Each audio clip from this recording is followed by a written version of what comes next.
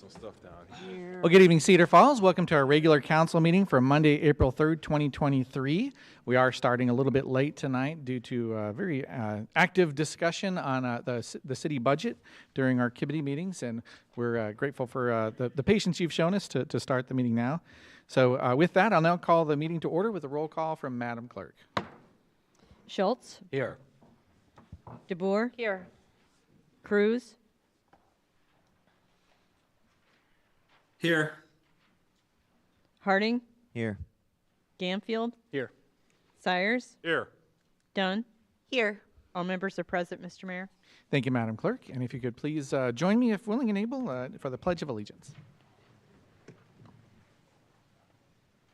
I pledge allegiance to the flag of the United States of America and to the republic for which it stands, one nation, under God, indivisible, with liberty and justice for all. Thank you. Our first item is the approval of minutes. Is there a motion to approve regular meeting of March 20th? So moved.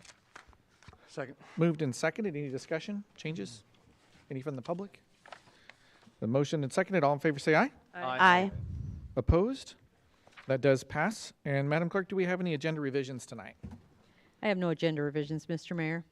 Thank you. I have no special presentations tonight, so I'll move us forward into public forum where speakers will have one opportunity to speak for up to 5 minutes on topics germane to city business. If anyone wishes to speak, you may come up to the podium now and just please provide name and address for the record. Seeing none. Oh, actually one. Okay, yes. Go ahead, sir. Name and address, please. Brian Wingert, 2110 Flynn Drive. This is in regards to number 25 on the resolution calendar today. I would hope that that stays on the agenda and gets visited and reviewed.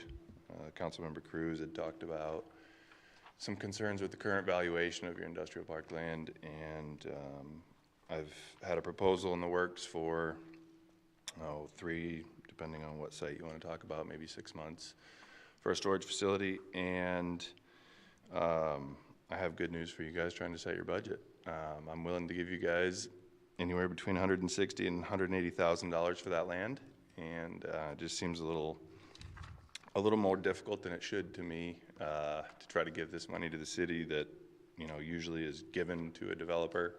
I feel our proposal's quite fair and actually in the best interest of the city. So I would just love to see that agenda item continue forward, and if that comes to be, we'll have more discussion on that when it comes. Thank you. Thank you, Mr. Winger. Anyone else wish to speak in public forum tonight? Okay, seeing none, then consider the public forum closed tonight and take us over to staff updates. For Mr. Gaines, do we have any updates for tonight? I'd like to take about 2.5 hours and go over the budget. No. No, sir, Mr. Mayor, I don't have any. Okay. I didn't ask an executive management team, but on Wednesday, we have our public safety award ceremony. And could we just get like a 30-second infomercial about that, because it is open to the public? Yeah, Mayor and Council, we have our public safety recognition ceremony. It's going to be this Wednesday at 10:30 in the morning. It's in the fire apparatus bay, so people could park, on the end of the fairway lot or on Bluebell, and it usually takes about 30 to 45 minutes, and that's where we recognize the people for the outstanding work that they did in 2022. So things like Officer of the Year, Firefighter of the Year, those awards. Excellent. It's a fantastic ceremony every year. I get to speak, so I'm excited about that, and look forward to seeing you there. So with that as the end of staff updates, that takes us over to special order of business. Item 2 is a public hearing on the proposed maximum levy for affected property tax levies for FY 2024. Is there a motion to receive and file proof of publication? So moved. Second. Moved and seconded. All in favor say aye. Aye. Opposed? Okay, that passes. Madam Clerk, do we have any written communications on file? I have no written communications on file, Mr. Mayor. Thank you, ma'am. For staff comments tonight, we have Director Rodenbeck, I believe. Is she still here tonight? No problem. Okay. Well, we've talked a little bit about the budget. So, but no, as we've talked about before, we've had a few presentation at prior committee meetings. Again, as we've talked about, this is just the max levy, so we can always go down. And so right now, that max levy, if it stayed as it was without the reductions that people talked about earlier, that's what we talked about, the 2.98% on residential, 2% on commercial, and a decrease on multi-residential. And that this is just the first of the 2 hearings. So after the max levy, then we would actually have a formal hearing to adopt the budget. And so we would plan on coming back on the 17th with the changes we took a few minutes to talk about earlier, and incorporate those in before the 17th. Okay, thank you. Before going to council questions, do we have any public comments tonight on the maximum levy? Okay, seeing none, then I will consider the public hearing closed and take us over to Part 2E, which is a resolution approving and adopting the maximum levy for affected property tax levies for FY 2024. And should we state what that is? Sure, so right now that would be $10.81 is what is actually on the max levy resolution. Okay. So if council will allow, I'll set that resolution here as a resolution approving and adopting the maximum levy for affected property tax levies for FY 2024 at $10.81. Is there a motion to approve? So moved. Second. Moved and seconded. Open for council discussion and questions. Talked about it quite a bit earlier tonight. But yes, Councilor DeWert. Since there doesn't appear there'll be a lot of conversation now, I just wanted to point out, if people didn't watch the earlier meeting, that we have been discussing this for about 2.5 hours tonight. Excellent. Yes, thanks. A lot of work went into getting to this point. So thank you very much to council and to staff. Anything else? Seeing nothing else, then it's been moved and seconded to approve and adopt the maximum levy for affected property tax levies for FY 2024 at $10.81 and requires a roll call vote.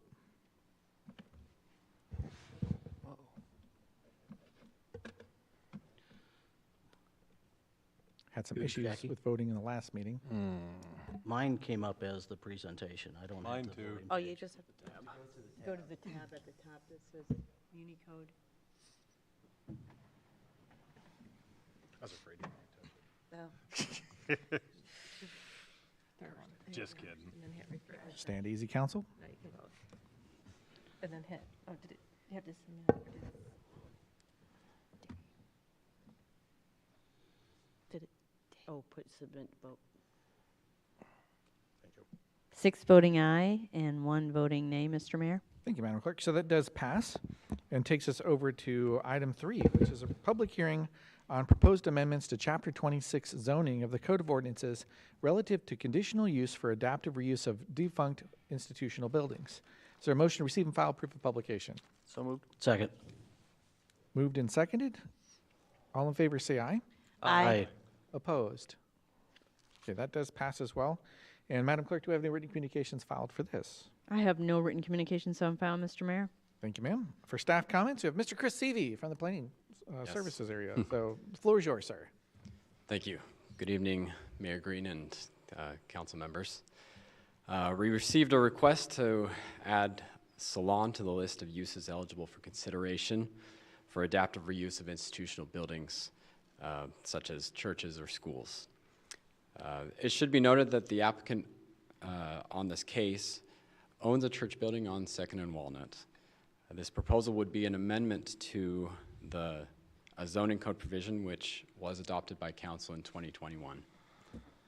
The original use list in that provision, which exists on our code, was well thought out to consider what limited use categories make the most sense for residential neighborhoods.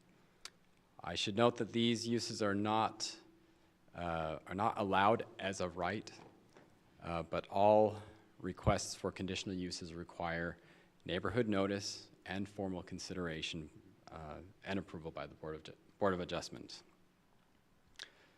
I'm not going to go over all the points of the staff report in the interest of time, but I'll just mention a few points. Salons are a common home occupation in residential neighborhoods and are likely no more imposing than a community assembly type use, as would be allowed in a church building. Staff's Staff's position is one of caution, as conditional uses are still a new concept to Cedar Falls, and we're still in a proving ground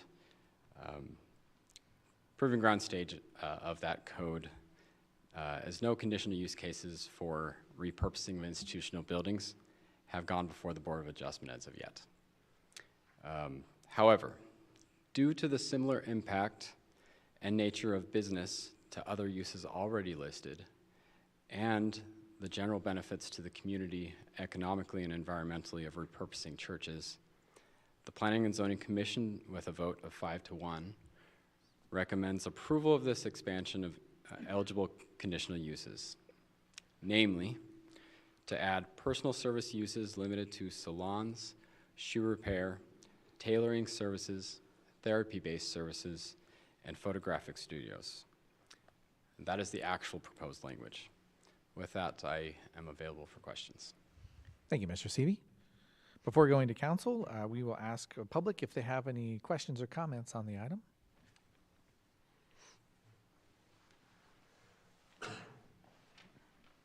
Good evening, sir. Just provide name and address for the record, please. Stephen Jordan, Oak Ridge Real Estate, 3313 Terrace Drive. I just wanted to point out, if I'm the real estate agent for this project that we've been marketing for about 6 months, trying to find a user to repurpose this church building. I just wanted to point out a few key things. This would help maintain the neighborhood's architectural integrity by repurposing this church instead of demolishing it. We're putting the property back on the tax rolls. This has not generated taxable revenue to the city since it was constructed in the 50s. It's going to go back on the tax rolls now. And the property owner's also putting about, upwards of maybe $200,000 into the building to renovate and rejuvenate it. I want to point out it's a half a block outside of the downtown overlay district. It's a half a block from McDonald's and 1 block from the First Street commercial corridor. Other similar businesses 1 block away offer these services. We pointed out it's a neighborhood service type use here. And also Planning and Zoning did approve it. The only nay vote that we received, she just thought that we should actually make this even broader. Was her rationale for that nay vote. So, thank you. Thank you very much. Other comments? Hello, my name is Chad Welsh. I am the property owner. I reside at 6701 Strayer Road in Cedar Falls.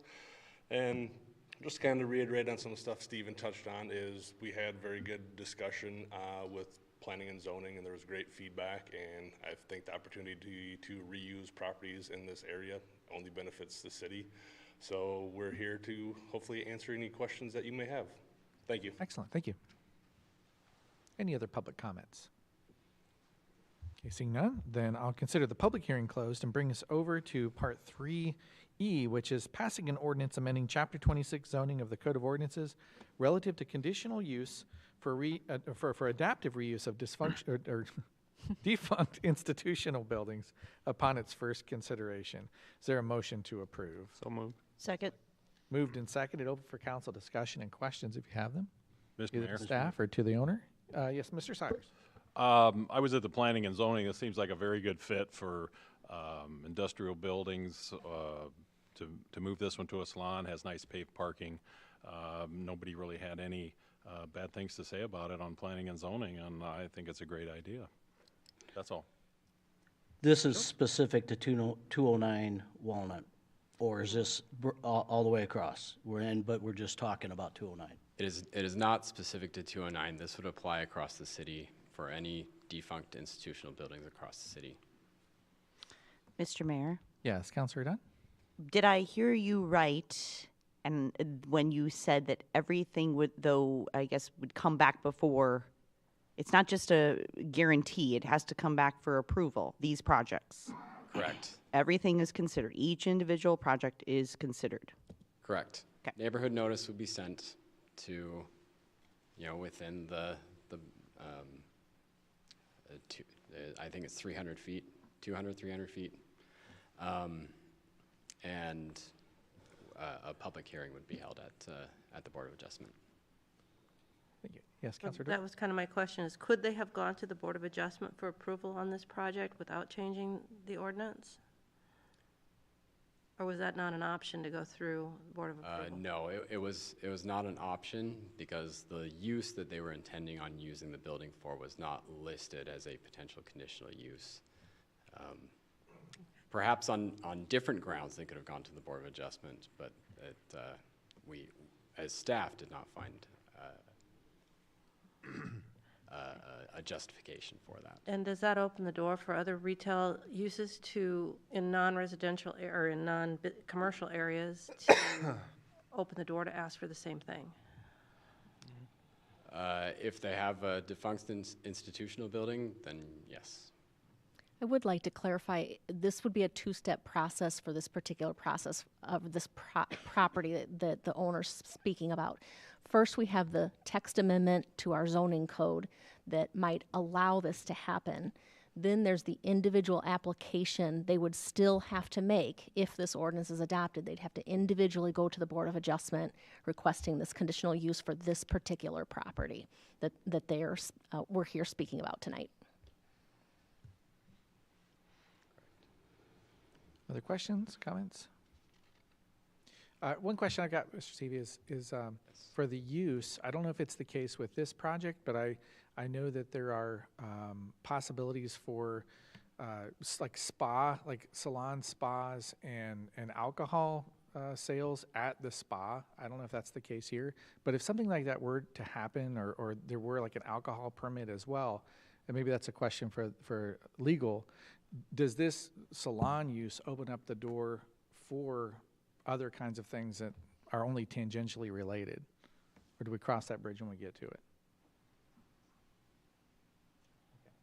I just heard something great from the city clerk. It depends on the zoning, whether you can serve alcohol or not. So yes, perhaps that answers the question. All right. Yes. And I'll just say I live a block away from the property, and I think as a resident, I have no concerns about the use of it for a salon. That's great. Any other questions or comments from council? Then it's been moved and seconded and requires a roll call vote. Mr. Mayor? Yes. Yeah, I think that's Daryl.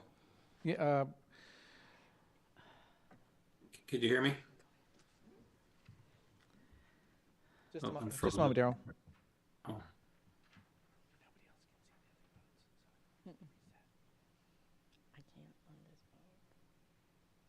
Councilmember Cruz, go ahead.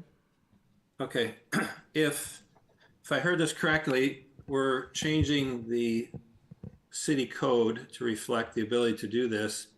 And then once we do that, why would the Board of Adjustments need then to do a second step to approval if it's specifically listed in our city ordinance to allow this? Councilmember Cruz, I'm going to call that out of order simply because that's not what's being discussed tonight. This is about changing the ordinance to allow for salons. If you would like to bring up as a referral about changing the process so that the Board of Adjustment doesn't review these, that would be appropriate then. But unless council disagrees, I think it's not germane to what the vote is tonight. It's not. I would just say, go back and read the ordinance from 2021 and it will answer your question. So, okay, thank you. So with that, it's been moved and seconded and requires a roll call vote.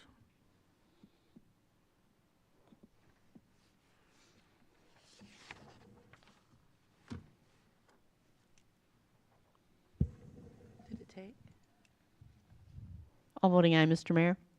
Thank you, Madam Clerk. So that passes as well, and would then come back to the council for a second and third consideration at the next two meetings for final approval. So that takes us out of 3 and over into item 4, which is passing ordinance 3025, amending Chapter 26 zoning of the Code of Ordinances relative to establishing procedures for Planning and Zoning Commission review and City Council approval of site plans in the Downtown Character District upon its second consideration. This requires 5 aye votes due to denial by the Planning and Zoning, or recommended denial by the Planning and Zoning Commission. Motion to approve. Been moved. Is there a second? Second. Second. Moved and seconded. Open for council discussion, questions? Seeing none, then anyone from the public wish to speak on item 4? Okay, seeing none, then back to council. It's moved and seconded and requires a roll call vote. Roll call vote.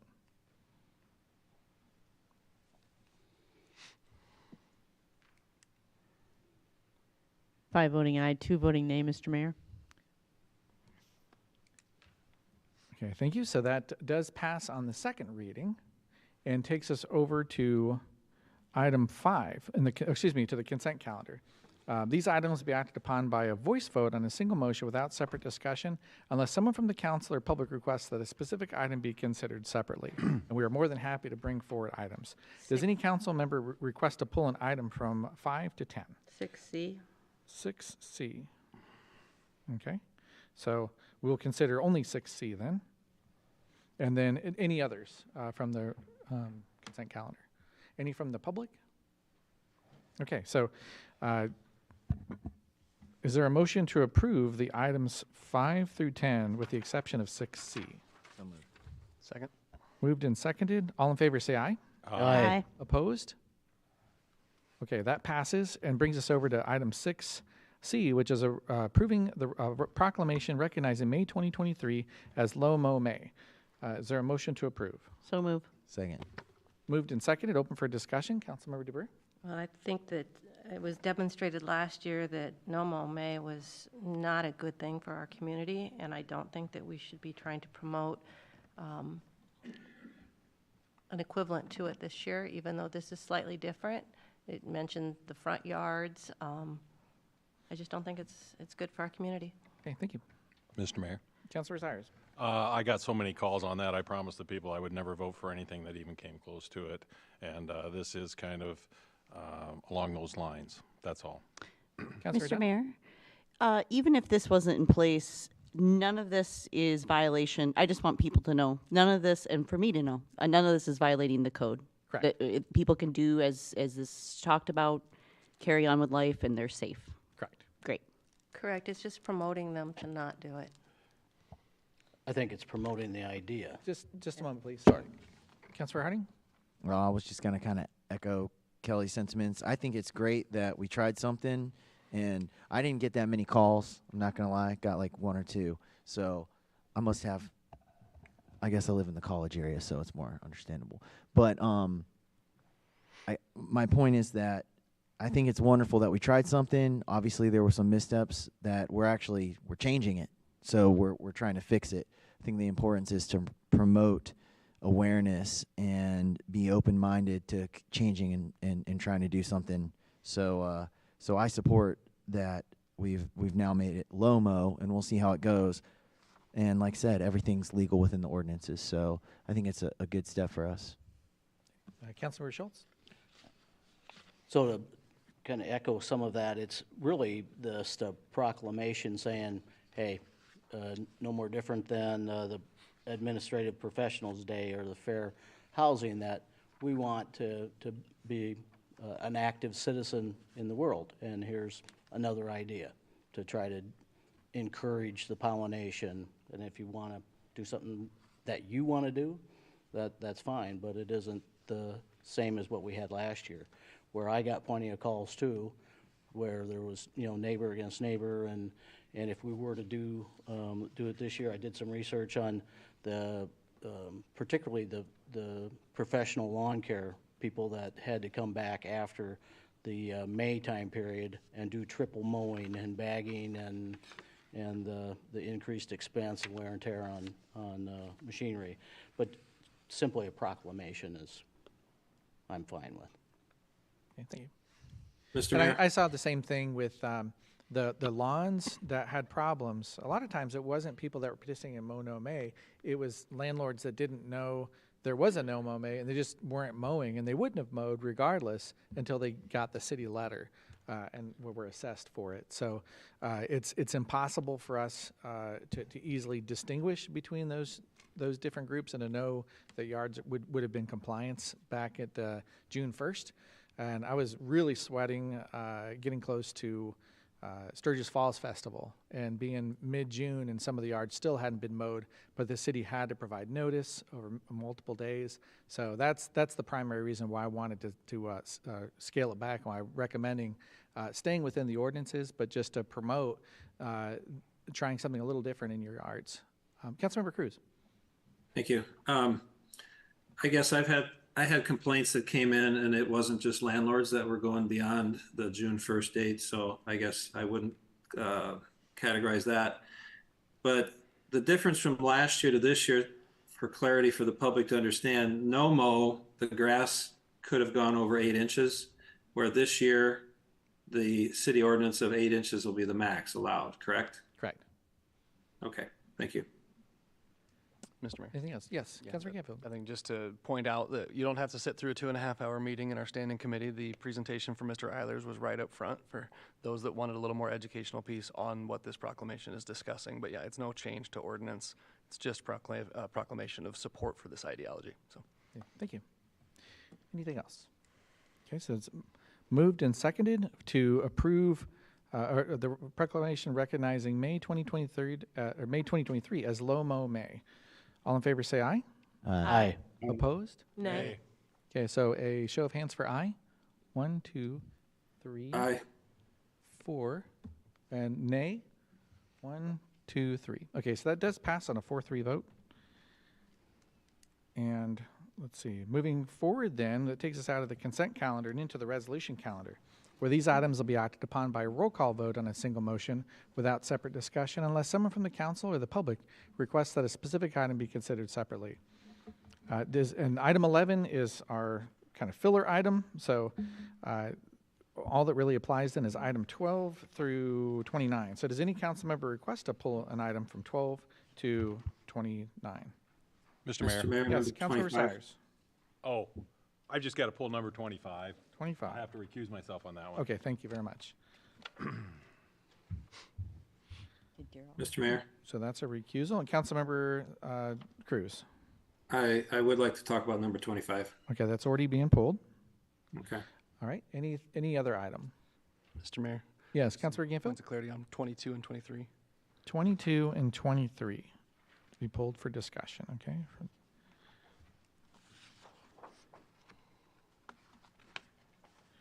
There. Okay, any others? Okay, any from the public you'd wish to pull from 12 to 29? Okay, seeing none, then is there a motion to approve the resolution calendar with the absence of 22, 23, and 25? So moved. Second. Moved and seconded and requires a roll call vote.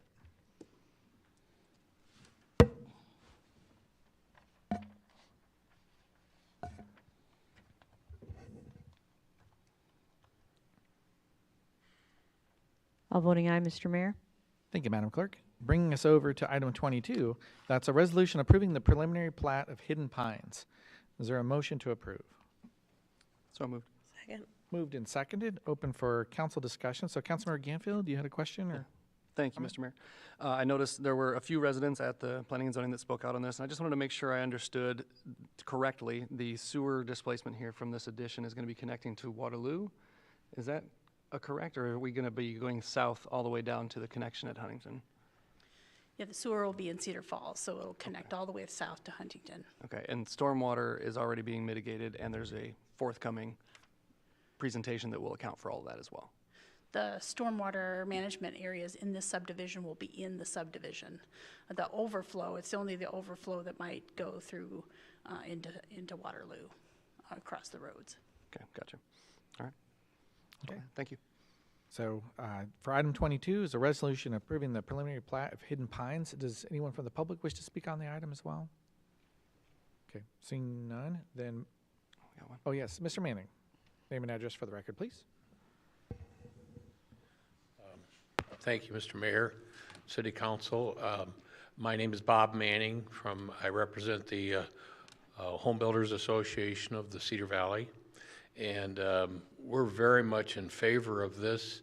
We're excited that this developer has stepped forward and is willing to take the risk. We hope there's not risk to him because there is a critical shortage of lots in Cedar Falls. There'll be less building in Cedar Falls this year, meaning less fees that the city will collect because there aren't any lots available, or very, very few. We've had the good fortune of building up to 150 houses over the many years, and it does seem to be controlled by the amount of land that's developed into residential lots. Right now, we have a builder that's going to Des Moines because he can't afford to just build in this local area because there aren't lots that he can find to build on. And and how many of us have heard from our kids or our neighbors or our parents that, gosh, it's so hard to find a house in Cedar Falls. And certainly in the whole wheel of construction and real estate, an important cog is new construction. Also included that is starter homes, executive homes, retirement homes, and all that. But in the part of new construction, it's been very limited the last year, and it looks to be substantially less this year based on what's available. And even a developer starting now generally won't have the lots ready until about September 1st or thereabouts. So people could, by this time next year, be living in a new house, but that's a long time for people to plan. And if there were lots available, there would be basements going in the ground as of March 15th this year, and we don't see that happening. So thank you for your time and consideration. Thank you, Mr. Manning. Does anyone else from the public wish to speak? Okay, seeing none, then back to council. Anything else? Yes, Councilmember DeBerre. Just one quick question. I didn't get my normal time to really study this. Can you explain, Karen, about what the outlot, what exactly you're referring to with the outlot? It's 43 residentials, and they look like they're a little bigger than ones beside it. But what do you mean by the outlot? So there's 2 outlots in this subdivision. They're both for stormwater management. So anything that's not a buildable lot for a house would be set aside as an outlot. Okay, but it's not required to have a detention pond at all? Just a detention area, it sounds like. Well, Kinda. it wouldn't be. I think one of them is wet bottom and one of them is dry bottom. Okay, thanks. Okay, thank you. Any other comments from council? Okay, seeing none, then it's been moved and seconded for the resolution approving the preliminary plat of Hidden Pines and requires a roll call vote.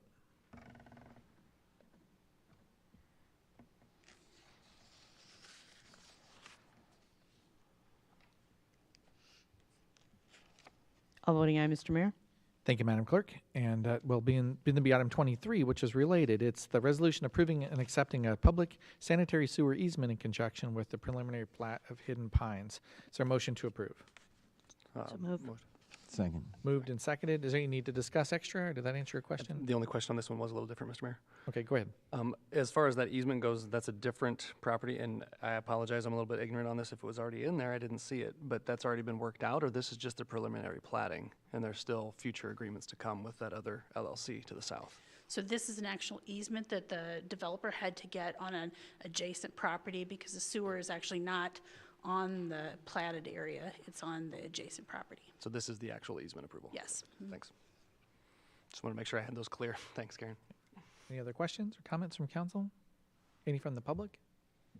Okay, then moved and seconded for the resolution approving and accepting the public sanitary sewer easement in conjunction with the preliminary plat of Hidden Pines. Requires a roll call vote.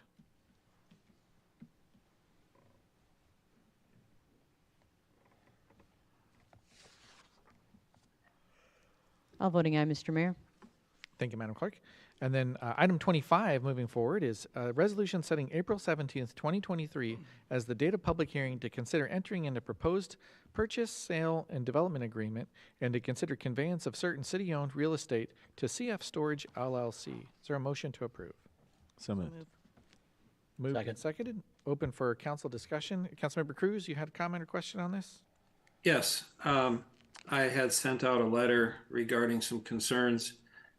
Just at the last council meeting, we voted on a 6-to-1 referral to study what rates we were going to charge for the properties if we were to sell them, which lots we were going to sell, and I'm concerned we're changing city policy or kind of on the fly, if we want to use the words from before. I guess I have a question for maybe Mr. Rogers. If we set this date of April 17th and the vote is negative, does the applicant have to wait for 6 months to come forward again, or how does that work? There's no specific written down policy on how long someone who has proposed a resolution can bring it back. So It's a custom that we wait at least 6 months, because the sense is council opinion wouldn't have changed within that 6-month time frame, and you're probably looking at needing a different council, an election period intervening before you can actually get traction on changes. But that 6 months is just customary. If a council member wished to bring it up right away, they certainly could, but that would just be out of the norm and would risk concerns from other council members about that. Okay, then to continue on with my thought here, it would seem more appropriate for city policy and for the developer to have the discussion on what rates we should be charging for which lots, and then which lots are available to sell. I think it'd be more beneficial to the applicant to do so and move the date down the road. So I'd be interested in hearing other council comments on that. Mr. Mayor? Yes, Councilor Canfield. I think I take a different approach on it. I think it would be advantageous to any applicant to get their project started in construction season, which we're already underway. I do see the point in wanting to make sure that we set these things for the future, but I don't think there's any reason we need to delay it in that account. I'm not trying to speak for any developer, but you want to get started on a project. I think for the city, we want to get this on the tax rolls. So I don't think it's advantageous to kick it down the road further. And if for the applicant, if it was advantageous to them to have it delayed, they would pull the project and not have it forward for consideration. Councilor Harding. I would echo Councilmember Ganfield's sentiments. You know, I'm open to talking about what we want to sell land for and how we want to do incentives, because we definitely need houses, we need some more development. But I don't think it's advantageous to postpone this project because we want to talk about future policy. You know, there's always going to be stuff in the works, and we'll talk about future policy when it happens. So I'm fully comfortable moving forward with the public hearing. Okay, thank you. Other council members? Just a question. Yes, Councilor DeBerg. This is a legal question, I guess, for Kevin, is since this project was already in the process of working through with city staff to implement future, as the referral on the study and the rates, wouldn't be proper since it was already in the works. Is that correct? There's a concept called vested right. You could be right, but there's the concept of vested rights. There's a lot of factors that come into that, and some of it has to do with outlay by the developer, you know, the money invested so far and things like that. But there's another, maybe less legal aspect, and that's a developer who's worked with staff under present rules in good faith and was given information in good faith, and now to pull a project or vote a project down based upon maybe some future change, maybe not a future change, probably doesn't give the city a good look necessarily. And this is just to set the date of the hearing. Correct. Councilor Schultz. Maybe a question for Shane or for Ron. Is this the same piece of property that we discussed previously that's on the triangle as you go around, or is this a piece further inside the industrial park? This is actually a different lot. It's not the original lot that was talked about. This is more of an interior lot. Shane, do you want to? I would ask, though, it's not germane, I think, to the setting the date. That certainly could be a discussion for the actual hearing. Well, I was hoping it was the same. I thought that was a great location for this sort of business. Okay, so no need to speak then.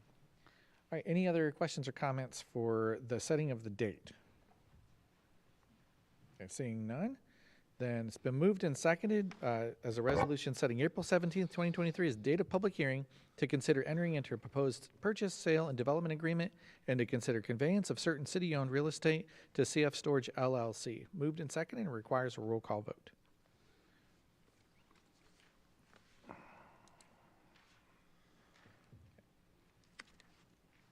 Six voting aye, one voting nay, Mr. Mayor. That's abstention. Correct? Oh, I'm sorry, one sorry. So 6 aye, 1 abstention. Sorry about that. Thank you. So with that, it takes us out of the resolution calendar and over into bills and claims. Item 30, is there a motion to approve bills and claims for April 3rd? So moved. Second. Moved and seconded. Any discussion from council? Any from the public? Okay. Moved and seconded. Requires a roll call vote.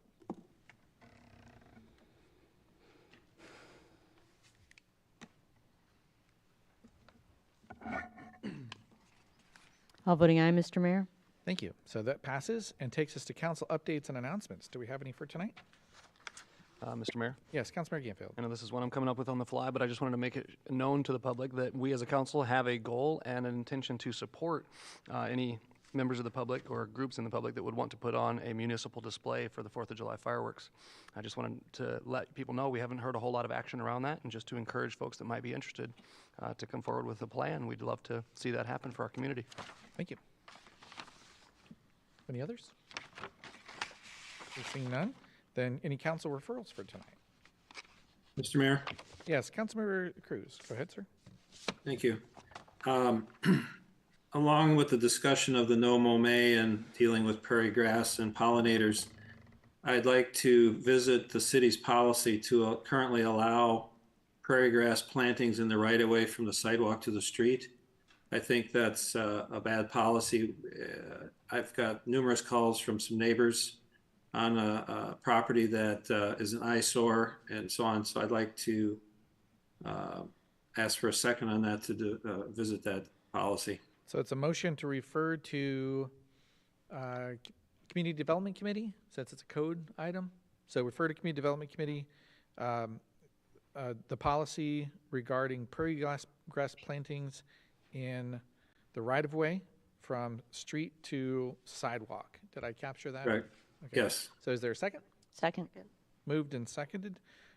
Open discussion for the validity of a referral sending forward. So I don't want to discuss the item itself, but any council comments before going to a vote to send this to the public or Community Development Committee? Seeing none. Moved and seconded. All in favor of referring this item to the Community Development Committee, say aye. Aye. Aye. Opposed? Okay, so that'll go to committee for discussion at a future Community Development Committee meeting. Any other referrals tonight? Mr. Mayor? Yes, Councilmember Cruz. I don't want to cut anybody else off, but I'm the I only believe you're one. it. Go ahead, Okay, sir. thank you. Also, in the spirit of the no mow May and the pollinator, I'd like to have the city explore the idea of promoting beekeeping in some of the flood set-aside land. I had a discussion with some people at Public Works, and I think it'd be very viable, and even the possibility of renting out some of that land to people to raise revenue, and in turn would promote beekeeping and apiculture, I think it's called, APICULTURE. So the motion on the floor?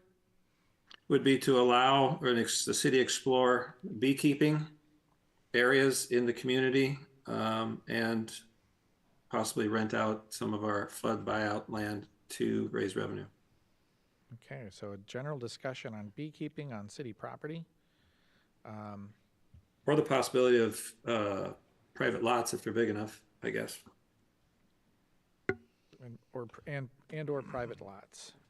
Okay. Point of clarification, was that a referral to staff to develop that or to a Well, committee? it's got to go to a committee because it's going to have to then come back. Okay. But certainly staff can do the work to bring it to the committee. So probably, again, community development, since it's a code issue. I'm seeing some nods from staff. Okay. So council understand that motion? Second. Okay. Moved and seconded. Open for discussion about the validity of the referral. Mr. Mayor? Yes. What is, so I guess I'm not sure, is there, this shows my ignorance, is there a policy against having bees in our community right now? Beekeeping? Not that I'm aware of. Okay, and then if someone was to, because we have the leasing program, right, of the flood buyout, like if someone was to lease one of those lots and they chose to keep bees on those, is there any problem or policy against that? Not that I'm aware of. We probably have about 20 buyout leases currently, and Usually it's the neighbor wanting to have a garden there or just wanting to make sure that it's mowed in the regularity that they wish. If they wished to have beekeeping there, I mean, they'd be allowed to do it on their own property. So the restrictions are really about structures on the property, like permanent structures. I mean, that kind of be a small one, about paving it and creating impervious area, which contributes to flooding issues, and creating things that would be a risk downstream for people. Okay, thank you. So, this is right up my alley. I love to eat, so you need bees to eat. But I'm just curious. I really want to be respectful of our time, especially our city staff's time. So, what would we be gaining, I guess, with this conversation? Mr. Mayor? Yes, Councilor Cruz. In the discussion I had with Public Works, it's the concept of having rental income from renting out some of these buyout properties, not just for $1, but for possible revenue, and explore that opportunity. Because if it's already allowed, it would be a short possible research topic for staff to come forward with something for us. Maybe what other communities do, other places that have done this, because I see the benefits of beekeeping to be tremendous. You see it in agricultural crops and orchards and so on. So it's in line with the no mow may concept to promote the environment. So, Mr. Mayor, again, I'm not against any of those things. I'm still just very unclear as to what. So, like, you want to make it so it's like a commercial thing for somebody like to be on city land and run a business? Because at this time, if they want to have bees, they can have the bees. So is it a commercial thing you're thinking of, or the city's going to be in the business of beekeeping? Yes, go ahead, Councilor Cruz.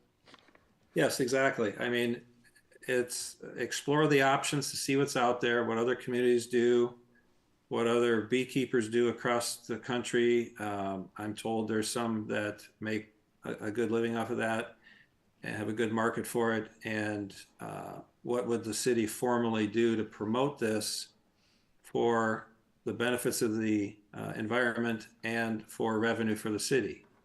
I see a double benefit here out of this, and it would be an easy topic to research from my understanding. I would certainly encourage, if we would like to research that, Councilor Cruz, and bring it forward. For having staff time on it, when there's not something that is already, it's not prohibited by any stretch. So it really would be up to city property? council. Please don't interrupt. It'd be up to council to decide whether it's worth spending limited staff time, very limited staff time on this topic. So, Councilor Cruz, continue. I'm just saying, on city property that is not fully utilized and set aside, that it wouldn't take much research to come up with a possible program. It's just an idea. And I think it's prudent for the community, the city, to look for revenue sources that are not out there that would be easy to implement and beneficial for everybody concerned. Okay. Thank you, Councilor Cruz. Councilor Schultz. I'd say the same thing. It sounds like a great idea, and if something that Daryl would want to research on his own and then bring back information to us that, again, we just put a whole lot on the staff and we put a whole lot on us. And to Ms. Dunn's point, we're not against bees, and we all understand the value of them, but let's get some more numbers then before we go off on another referral or ask. Right. And for precedence, I mean, with no mow may and low mow may, I've been doing the research for that. I've not put staff on that, and I've done the conversation. So it certainly is well within the bounds of elected officials to bring these more prepared discussions forward. So, okay, I withdraw my motion. Thank you. Okay, thank you very much. So, motion is withdrawn for the referral. Any other council referrals tonight? Okay, seeing none, then I would entertain a motion to adjourn. So moved. Second. Moved and seconded. All in favor, say aye. Aye. Opposed? We are adjourned. Thank you very much. Here you go.